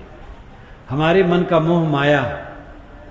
भगवान परमात्मा जब निर्मल है तो माया क्यों रखेगा, धोखा पट्टी काम क्यों करेगा। भगवान की माया नचा रही महाराज, क्या करूं। एक तरफ कहते भगवान पवित्र है और एक तरफ कहते भगवान की माया नचा रही है। अपने मुख की बात अपने कान से नहीं सुन पा रहा है। धर्म के क्षेत्र में बड़े बड़े भ्रम हैं, बड़े बड़े अंधविश्वास हैं, और अच्छे अच्छे पंडितों, महात्माओं, मुल्लाओं, पादरियों, ज्ञानियों द्वारा वो समर्थित है। इसलिए नीरछीर के विवेक की जरूरत है। निर्भय होकर के नीरछीर विवेक करो, सुनो, सुनिए सबकी, लेकिन निवेरिए अपनी। विवेक से निर्णय करो, आंख मूंद करके मत मानो। जीवन हमारा निर्भय, संतुष्ट, शीतल, शांत हो, ये आध्यात्मिक उन्नति है। व्यवहार में प्रेम और अध्यात्म में अनासक्त, ये दोनों के लिए साधन है। नींद खुले, सबसे प्रेम का व्यवहार करो जब तक नींद ना आ जाए। जागृत अवस्था के सारे व्यवहार में सबसे प्रेम का बर्ताव करो। कहीं घृणा, ईर्षा, कटुवचन कभी भी मुख से न निकालो। गाली कभी मत दो, मीठा वचन बोलो। परिवार में, समाज में कटु भाषण से ही ज्यादा कष्ट है।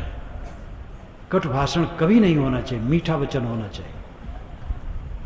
मैंने दोपहर में कहा था, यहां इतने साधु रहते हैं, 40, 50, 60, 70, 80 समय के अनुसार कम बेस, आपस में झगड़ा नहीं करते, कटु नहीं कहते, मीठा बोलते, विवाद नहीं सुनता हूं। ये आप लोगों को भी अपनाना चाहिए। ये लोग भी गलती करेंगे, इनमें भी शुरू हो जाएगा। तमाम मठों में जब देखो 4 जने हैं, खूब गृह युद्ध चल रहा है। त्याग छोड़ेंगे, लोभ करेंगे, अहंकार करेंगे, यहां भी शुरू हो जाएगा। ये कोई सृष्टि से अलग थोड़े है। कबीर संस्थान, कबीर पारक संस्थान भी सृष्टि के अंदर है। नियम से चल रहे हैं तो बढ़िया है, नियम का उल्लंघन करेंगे गिरफ्त हो जाएंगे कानून में। प्रेम का बर्ताव करो, मीठा बोलो, त्याग भाव रखो, अगले को आगे बढ़ाओ, स्वयं सहो, दूसरे को न सहाओ, दूसरे की बातों को उचित हो मान लो, अपनी बात जबरदस्ती न मनाओ, दूसरे की अधिकार की रक्षा करो, अपने कर्तव्य का पालन करो, अधिकार न देखो। व्यवहार में प्रेम का बर्ताव, और आध्यात्मिक सफलता होगी अनासक्ति से। प्रेम से अनासक्ति नहीं होगी ऐसी बात नहीं है। प्रेम, मोह को प्रेम नहीं कहते, लोग मोह को प्रेम मानते हैं। मोह प्रेम नहीं है। प्रेम में देने की इच्छा होती है, लेने की नहीं। शुद्ध प्रेम का बर्ताव होना चाहिए। आकाश में सभी घूमते हैं, खुले आकाश में, पृथ्वी पर सूरज का प्रकाश सबको सुलभ है, हवाएं सबको सुलभ है, पानी सबको सुलभ है, सब कुछ सबका है। यहां किसका अपना है, किसका पराया है। केवल जीवन में कुछ उपयोग करके, बर्ताव करके यहां से निकल जाना है। तेन तिक्तेन भुंजी था माँ गृद्ध कस सिद्धनम। त्याग पूर्वक उपभोग करो। धन किसका? किसी का नहीं। आध्यात्मिक लाभ जीवन में परम लाभ है। हमारा जीवन ऐसा बनना चाहिए कि सुख से सोएं, सुख से जागें, सुख से जिएं और सुख से मरें। मरने का समय आ जाए तड़क मन में न हो, कुछ मेरा छूट रहा है न लगे। ये पहले के अभ्यास से हो। जब पहले समझो कि कुछ मेरा नहीं, एक गुण तत्व है, बहुत सरल तत्व है, सब समझ सकते हैं, लेकिन इसका अभ्यास नहीं किया जाता है। जब कोई मरता है और कहीं जवान मरा, तब कुछ क्षण लगता है दुनिया झूठी है। जब कोई ज्ञान की किताब पढ़े तब लगता है, जब कोई उपदेश सुने तब लगता है, बाकी समय फिर भूल जाता है, तो काम नहीं देता है। रोज अकेले में बैठो, ज्ञान वैराग भक्ति के शास्त्र पढ़ो, जो रहनी संपन्न संत हैं उनसे समय समय से मिलो, उनसे राय लो, सत्संग करो। सत्संग और सदग्रंथ से जो ज्ञान मिले उसका अभ्यास करो जीवन में, ध्यान करो, एकाग्रता में आओ, विवेक में जगो, तो ये बातें ज्यादा याद होंगी।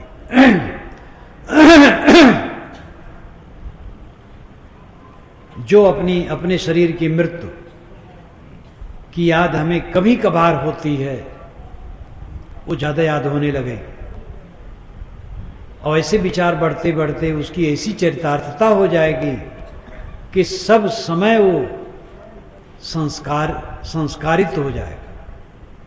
इसलिए कभी कुछ हो तो उसको कुछ नहीं लगेगा मेरा कुछ छूट रहा है। ये अपने आप को पार उतारने के ही रास्ता है।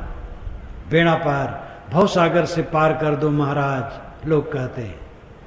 अरे रास्ता बताया जा सकता, अपना अपना भवसागर अपने अपने पास है। गुरु का भवसागर अपने पास है, शिष्य का भवसागर अपने पास है। गुरु भवसागर से पार हो गया, शिष्य समझ पाए तो उनकी जीवन से प्रेरणा ले और उनकी वाणी से प्रेरणा ले। भवसागर से पार होना क्या है? मन के मोह से पार होना। कहीं कबीर ते उबरे जाहि न मोह समाए। साहब कहते वो उबरता है जिसके मन में मोह नहीं समाता है। छोटा सा वाक्य, कहीं कबीर ते उबरे जाहि न मोह समाए। और ये भ्रम छोड़ दो कि मोह त्यागने से सेवा नहीं होगी। दुनिया के जिस महापुरुष ने कहा है, कबीर साहब ने, वो जीवन भर समाज की सेवा में दौड़ते रहे हैं। स्वामी शंकराचार्य ने कहा तीनों काल में जगत नहीं है, और जगत के कल्याण के लिए पूरे भारत में दौड़ा करते रहे, और लिखते रहे, उपदेश देते रहे।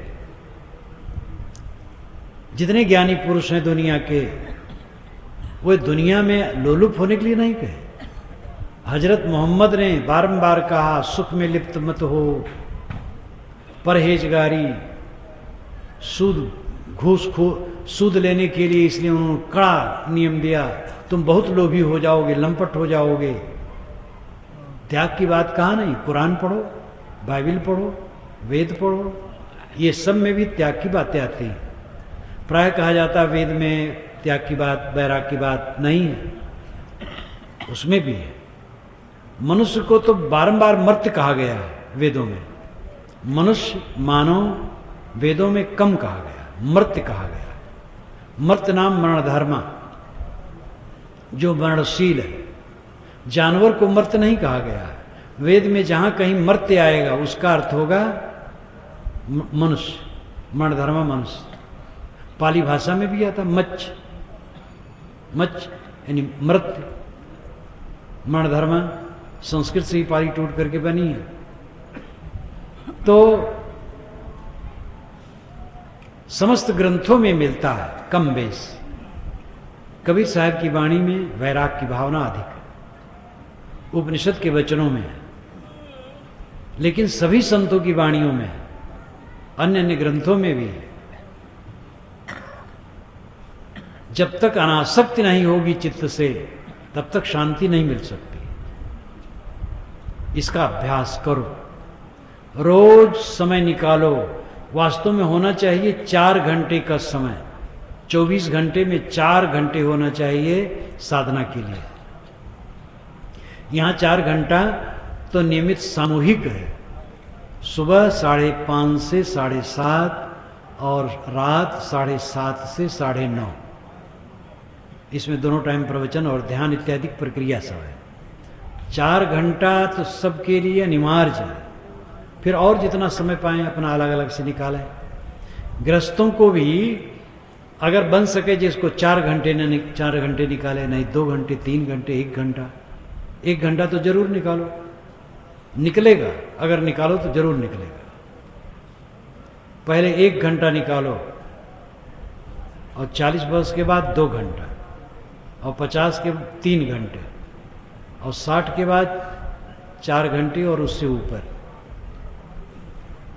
और जिससे बन सके पहले ही ज्यादा निकाले, अच्छा है। अपने को दुनिया के प्रपंच से अलग करो। घर वालों को कह दो हम पूजा में बैठे हैं या प्रार्थना में बैठे। पूजा प्रार्थना का देने लोग पिंड छोड़ देते हैं और अकेले में बैठ जाओ, ग्रंथ पढ़ो, चिंतन करो, ध्यान करो, मनन करो। इसके लिए सत्संग करके कायदा भी जानो। अकेले में अपने करो तब अपनी हकीकत का पता लगेगा। ऐ सभी महापुरुषों ने किया। हजरत ईसा ने किया, हजरत मोहम्मद ने किया। वो गुफा में बैठ करके हजरत मोहम्मद काफी उन्होंने साधना की। ये संत कबीर, बुद्ध, महावीर इत्यादि तो ये तो विरक्त साधक थे ही, लेकिन अन्य महापुरुष भी एकांत साधना किए। अपने को अलग थलग बनाओ, साधना करो, तब आध्यात्मिक शक्ति बढ़ेगी। आध्यात्मिक शक्ति है अनासक्त। सबसे बड़ा बल है अनासक्त, निर्मोहता। और इसी में निर्भयता और शांति। मैंने शुरू में आपसे कहा था हमारे जीवन के 2 पक्ष हैं, व्यवहार और परमार्थ। व्यवहार प्राणी पदार्थ परिस्थितियों का होता है और इनमें हमें प्रेम का बर्ताव करना चाहिए, त्याग और शील क्षमा से रहना चाहिए। अपने जीवन के लिए त्याग जितना आप कर सकते हैं उतना आप दूसरे के लिए सेवा कर सकते हैं।